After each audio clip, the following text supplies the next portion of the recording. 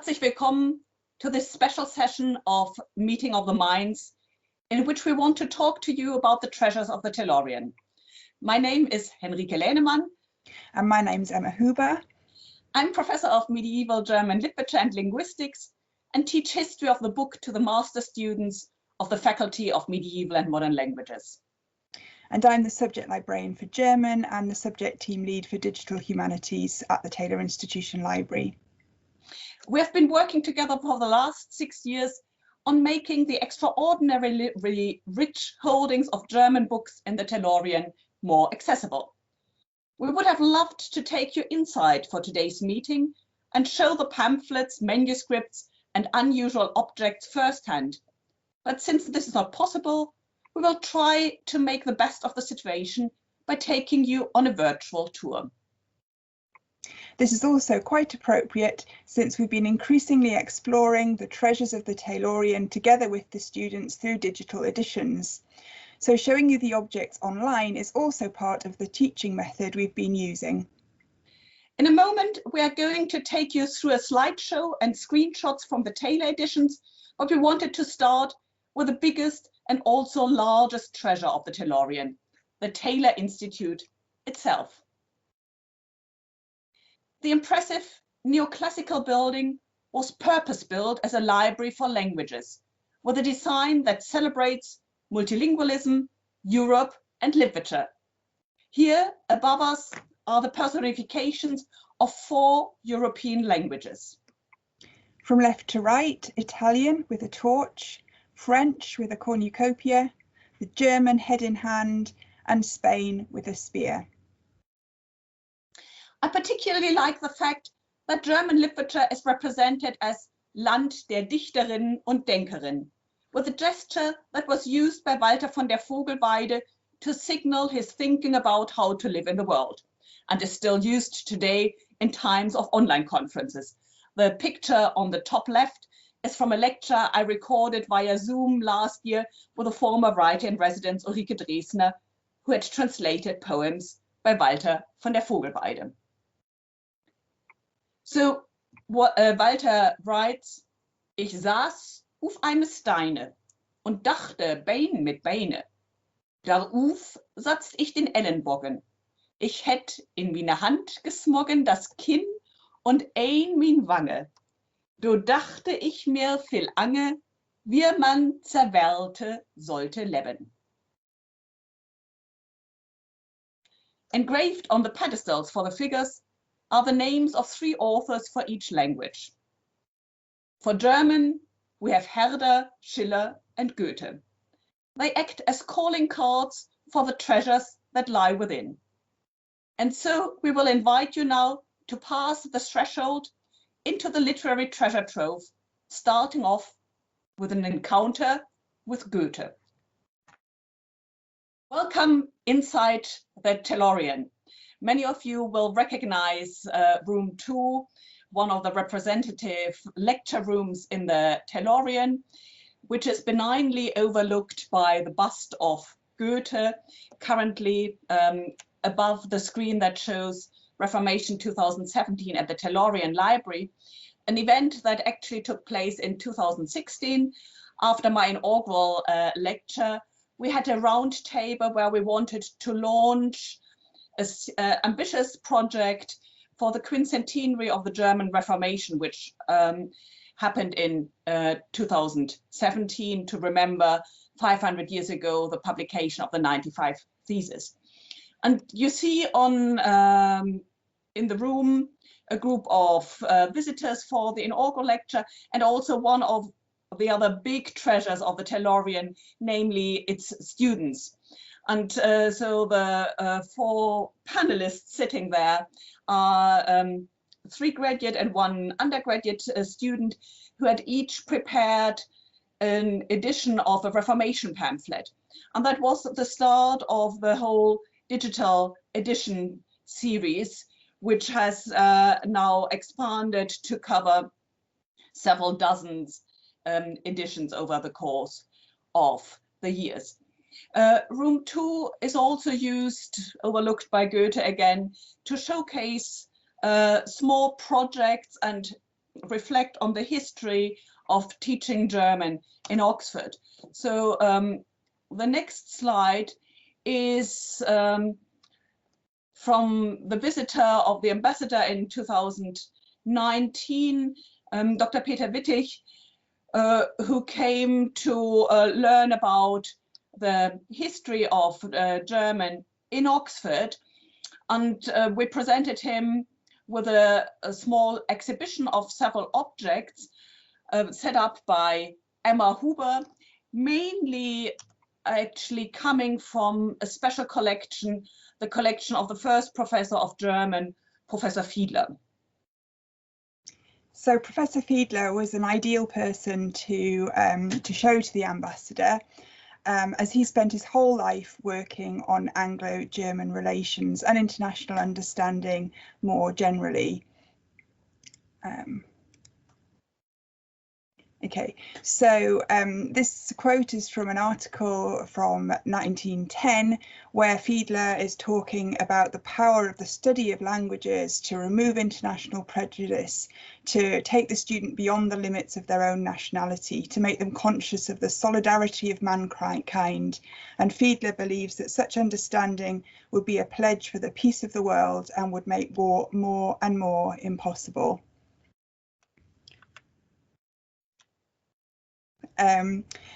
So Fiedler, as well as being passionate about the study of languages, really showed great dedication to his students, and he was a very well-loved teacher. So these are two examples of correspondence with Professor Fiedler. One is from the future Edward VIII, apologising for not being able to attend a tutorial because he needs to go hunting. Fiedler took Edward VIII on a grand tour of Germany in 1913, where he was determined to show off the cultural treasures of Germany, but was often frustrated as the prince much preferred social engagements. There's also a telegram here from the German poet Stadler, who was a student in Oxford and who had got into trouble with his college for submitting his thesis rather late. Professor Fiedler interceded on his behalf. There's a photograph down there of Stadler, which is also in the archive. The Professor Fiedler interceded on his behalf with the college and enabled him to have an extension, and this telegram is assuring Professor Fiedler that the thesis was duly sent off yesterday. So yeah, Fiedler was very well loved by all his students, whatever their nationality and wherever they came from. He was also very innovative in his teaching methods. This is a recording of a language course that was recorded in 1929. You may recognise the logo of the recording company. And this was quite an innovative thing to do. So recording for private citizens had only been available for a couple of years. And Fiedler uses this new technology to record some vocabulary that would be useful to people travelling in Germany at that time. So there's phrases for requesting your luggage to be transferred to a hotel, for having a fire made up in your room, for ordering food from the buffet car on a train, and so on. You can listen to the recording actually under tiny URL Fiedler's collection, and you'll hear his rolling German accent, a really deep, nice German voice, which he says, Schaffner, ist dies der Zug nach Köln? Ist dies ein durchgehender Wagen? And then he changes, he has underlined in blue where he changes voice to pretend it's the Schaffner actually answering. In einer halben Stunde or in einer Viertelstunde. And quite relevant now, you have to show your passport. Sie müssen Ihren Pass vorzeigen. Fiedler was the first professor of German, but he was by no means the first prominent Germanist in Oxford. And in a way, this figure might be the most prominent holder of the chair in German, reaching international fame with his study of Sanskrit. It's Friedrich Max Müller, and he was the son of the German poet Wilhelm Müller, famous for providing the texts for things like Die Winterreise by Schubert and Schöne Müllerin.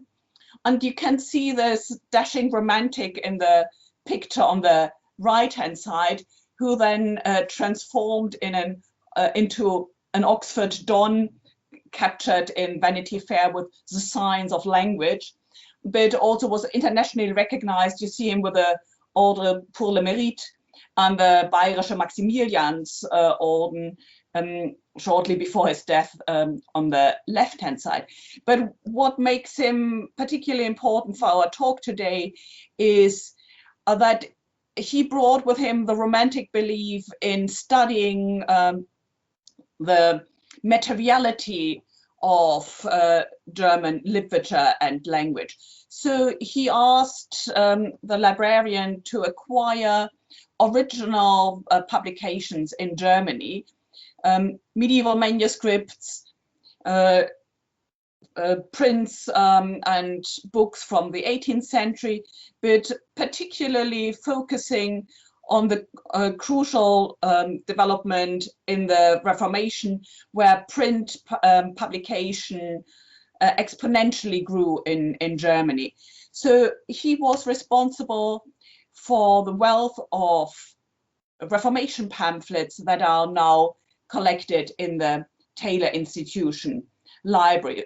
This is from an exhibition that we did 3 years ago on a similar Meeting Minds occasion, an open day for alumni, where Emma and I just displayed in the map room, the graduate study room upstairs. You see the huge tomes behind the pamphlets, all the pamphlets printed in 1530 to give a spot the difference challenge to the participants, to see how different title pages are recycled and echo each other, and to show the sheer growth of publication taking place in the 1520s and 30s.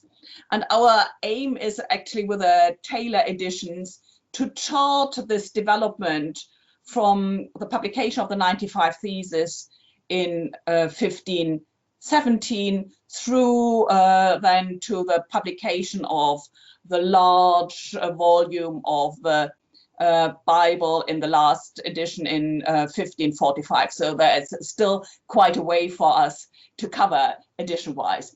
I've put on the Playmobil figure of Luther, partly to show that this was quite a popular event.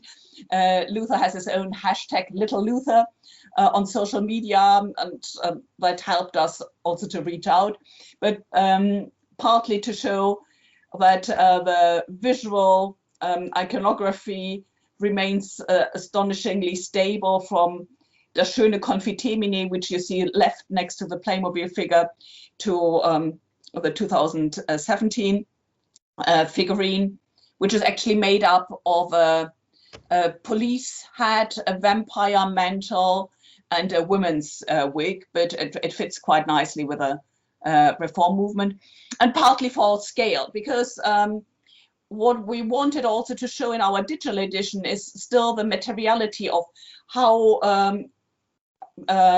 easily this could be carried around, distributed, bought and passed on. And you have the opportunity to do some fold your own experiments with it. We'll try to show that live in front of the Taylorian and later in the Q&A session.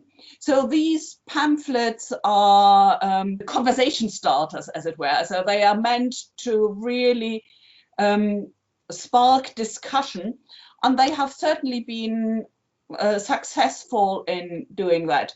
So on the left-hand side, you see the students you have just seen also at the inaugural event in 2016 with their the first editions. And on the right-hand side, you see the recording of the most recent launch we had in November 2020, exactly 500 years after Von der Freiheit eines Christenmenschen was published, probably the most influential Lutheran publication, the bestseller of the 16th century.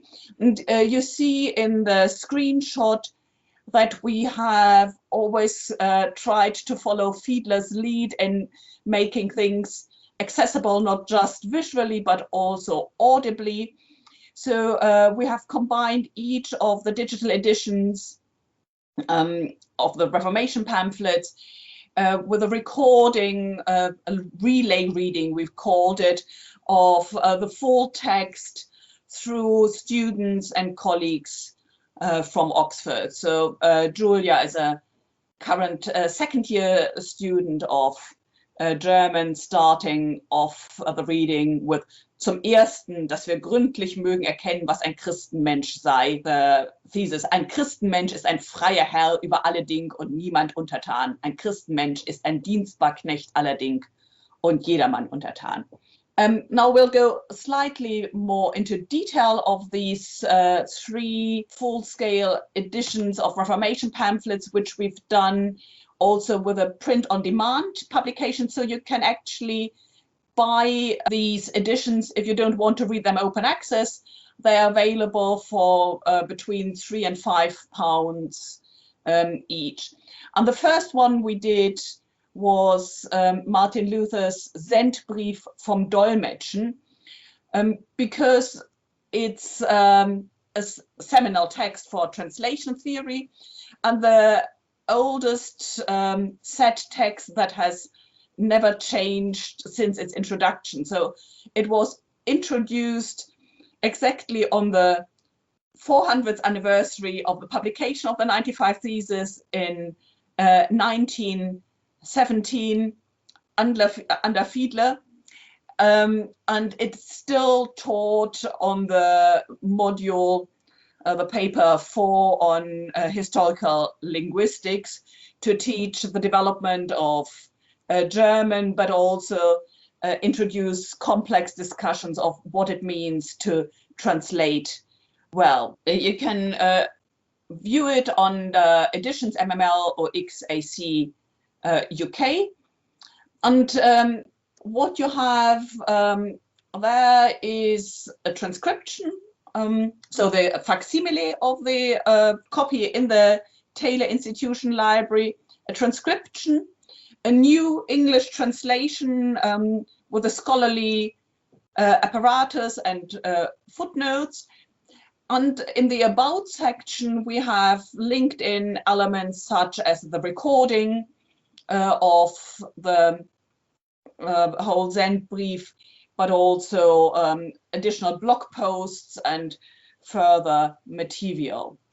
And then 500 years after the publication of the Sermon von Ablass und Gnade, we did this first German publication that went viral of Luther. So this is a German reformulation of the 95 Theses to make them more publicly available.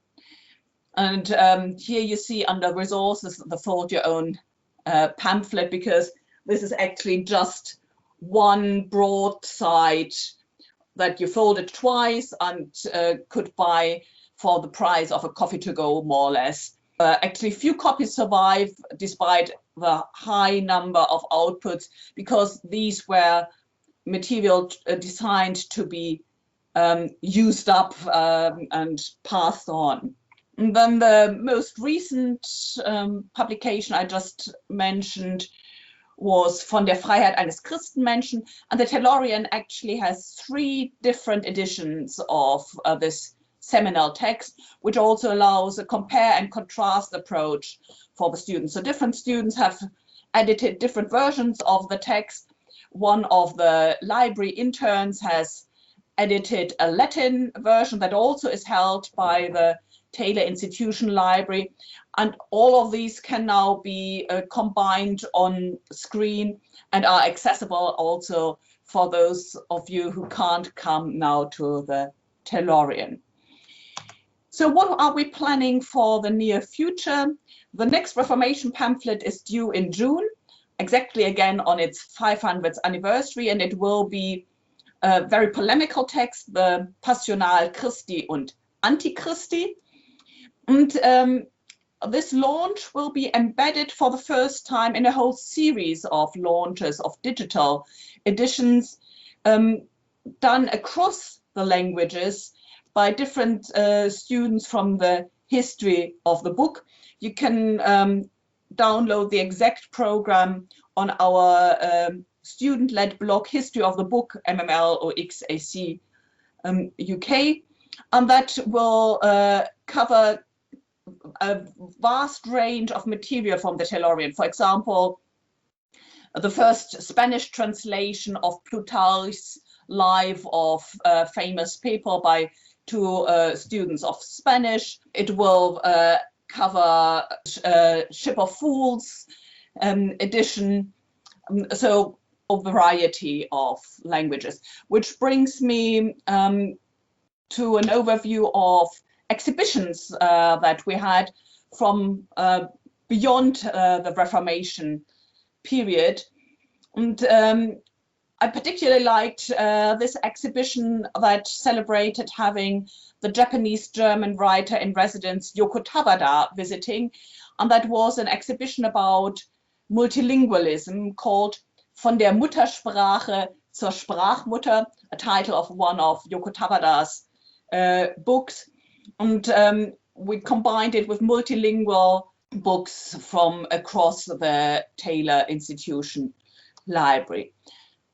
An ongoing project is the White Rose project, which started again as a Taylor editions series and has now gone beyond the Taylorian to encompass international cooperation. It's led by Dr. Alex Lloyd, one of the tutors in German, and it again involved an exhibition of books in the Taylorian that inspired the resistance group Weiße Rose in writing their pamphlets. So to end our whistle-stop tour of treasures of the Taylorian, we return actually to Goethe and to one of the oddest treasures of the Taylorian, and hand over back to Emma. Yes, so this is, as Henrike says, one of our oddest treasures, a lock of Goethe's hair. This is a very well attested lock. We've got a good provenance history, such that the great-great-grandson of the donor came into the library very recently and was able to give some more information about it. So that was John Falk. You can see the name of his ancestor on the envelope there. Goethe's hair given to me by my aunt of Weimar in 1881. So we've got a really good provenance for this. It was cut off Goethe when he went to the hairdressers after he'd been ill, so his hair had presumably grown a considerable amount. So like all of us now, we've been looking forward to getting back to the hairdresser and having a good trim. And it wasn't uncommon for locks of hair to be kept at that time. And this lock of hair has come to be in the possession of the Taylorian Library as I say, one of our more unusual objects, along with a fragment of the Berlin Wall and some other non-book objects that we have in our collection. Yeah, I like, as a medievalist, how it's really presented like a relic. So you have the smaller envelope on the left-hand side with a German inscription, Goethes Haar, and saying, diese Locken wurden ihm am 2. März 1823 in den Tagen seiner Genesung von der Krankheit abgeschnitten, which is like a medieval documentary for a relic to show its authenticity. that was then stuffed into the slightly larger envelope. And actually the shelf mark for is octavo, because the envelope is so small. So to end our overview of treasures, both of the materiality and the digital representation, we invite you to explore further the treasures by subscribing to the Polyglot magazine, where you will find not just the famous poets recorded in the 19th century, but a wide array of contemporary musings and reflections by colleagues and students from modern languages. Thank you for joining us on this quick tour of some of the treasures of the Taylorian. There are several ways you can continue to engage with the treasures. Obviously you can look at the facsimiles we've got on our editions website. There are also some print publications of some of the editions. So this one is von der Freiheit, one of the Reformation pamphlets. This one is of the White Rose resistance group. It was based on an exhibition held in the library and also contains lots of new original translations by students. There are several more print books available and more in the making as well. Yeah, and we tried to make it as accessible as possible by also providing print your own pamphlet facilities on the website. So I think that works particularly well with the Sermon von Ablass und Gnade, because that was a very quickly produced, just one broadside. So we have reconstructed from the two editions that are in the Taylorian, the two broadsides, how they would have looked like coming fresh from the press. And I use it to play with my students, spot the difference. So the same text, but presented for a different public. You just fold it twice and then can read your little booklet at home. And we very much hope that next year round we will be able to show you actually how from this fold your own pamphlet it became a proper print edition, and take you into room 2 and show you the exhibitions there. Thank you for joining us.